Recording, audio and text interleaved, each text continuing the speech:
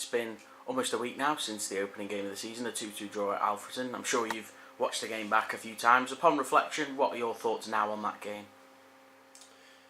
I think it's easier to analyse the game, obviously, when you watched it back a number of times.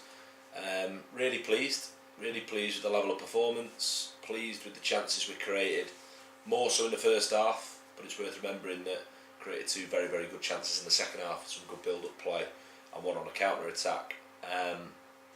Frustration at stuff that is outside of our control, outside the opposition's control, that you sort of rely on the other sort of aspects of a match day to be right, and when they're not, ultimately we've sort of paid the price. I looked at it, and at the time I spoke around, was there almost too much of an appetite just to defend in the second half? When you watch the game back and you look at the bombardment that Alfreton put in, it becomes almost impossible to do anything other than defend your 18-yard box, because the long throw-in comes in, you clear your lines. If you aren't able to retain possession at the top end of the pitch, the ball goes off the pitch again. Long throw-in comes back into the box, you defend your box, you clear your lines, the ball runs through to the goalkeeper. Man presses the goalkeeper, ball comes long, we clear our lines, man is offside, free kick. Ball goes diagonal, ball goes off the pitch, long throw-in comes in, and the cycle repeats itself pretty relentlessly. And for the most part, we defended our box very, very well. Obviously, we'll be disappointed that a foul's not been given against Cole Hall for the step-ladder approach in the 92nd minute, but we have the opportunity now over the next two home games, back-to-back Saturday, Tuesday, to ensure that point that feels like a good point, as much as it might be frustrating to have obviously been in a winning position, that good point, a tough place to go, can become an even better point if we get the right sort of results at home. So very much pleased with it as a foundation, keen to build on it ahead of the coming games. A couple of incomings this week, Kieran Coates and Danny Devine. What will they bring to your side? Kieran's a defensive option, which we're light in that area at the moment. I think injury-wise, it's two positions that have been difficult for us. We haven't got injuries across the board. We've got a lot of injuries and players unavailable, but in particular positions. And defensively, I think we found ourselves really light last week, and obviously got lighter during the game, losing Kev Roberts. So Kieran is a really athletic fullback, can go both ways, can defend really capably 1v1, gives you real cover on the back line with his speed, but equally is an attacking asset as well, and can make teams go the other way. So really pleased to have got him done. Danny's pedigree speaks for itself. To have played over 50 games in League Two. He is a genuine midfielder, a comfortable out of possession, comfortable in possession, can do box to box, can sit, good with the ball. He has got that bit of league quality that we felt we had to do something in there. It is just those positions. We've got an abundance of forward options. We've obviously got two left-siders that we're quite happy with, but we felt, given obviously losing Kev Roberts last week, we certainly needed reinforcements across the back line anyway, probably even more so. But then to lose George Glendon and Louis Earle, we needed to do a centre midfielder, not just in the short term either. Someone that could come in and make sure we maintain an area of the pitch where, look, I feel we're strong, but can certainly maintain that strength. The names that you touched on there, obviously you lose Kev in the game, Jamie Morgan's been out through injury, George Glendon and Louis Earle both long term, if you like, George for the majority of the season. How are we looking in terms of going into what is a busy couple of days, those two home games back to back? Are you hoping to welcome any players back? I think when we talk about the injuries, we've got to recognise what the injuries are, and it's dangerous. You can create a perception. I'm quite, or try to be quite analytical in terms of looking at what we do, and that is obviously match day, training. We've worked really hard over the summer to improve pretty much everything that we can offer from a football point of view, whether that's the medical department, the sports science stuff. We've introduced a lot of individualised physical performance profiling. So it's frustrating. I had something said to me, something that was pretty horrendous, a comment that was made about a lad's injury. These aren't lads that are picking up muscular injuries as a result of the work. We seem to be experiencing a season's worth of bad luck in a short space of time. Every team has that spell in terms of having more on the sidelines than they'd like, particularly. Ours has come now, so obviously George Glendon's well documented. Louis Earl picked an ankle injury up in training as a result of a tackle. Looked innocuous. Went into a block tackle with the outside of his foot. The mechanism didn't look great, been in a lot of pain, and a scan has picked up some ligament issues that he's seen the specialist this morning, that we'd hope to know more in terms of treatment and time frame from there.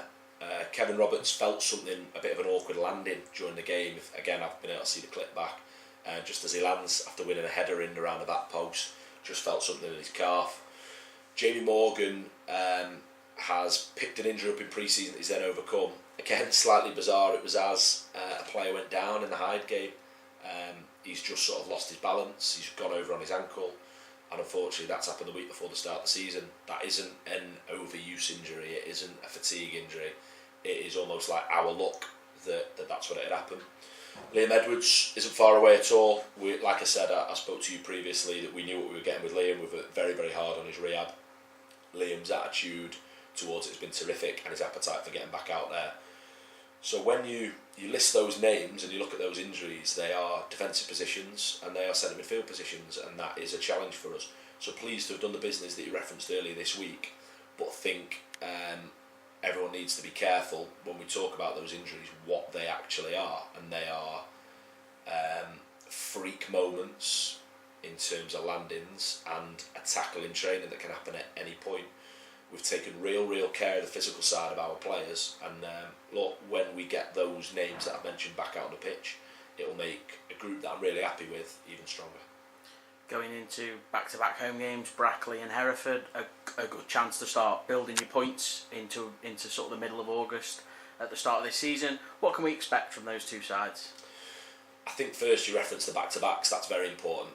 The ability to get points on the board Saturday, Tuesday ultimately will affect where you're at sort of heading into the Peterborough game, and during the season those 10 or so Saturday, Tuesdays with the additional bank holiday games is really important. So we need to make sure that we pick up points in both those games.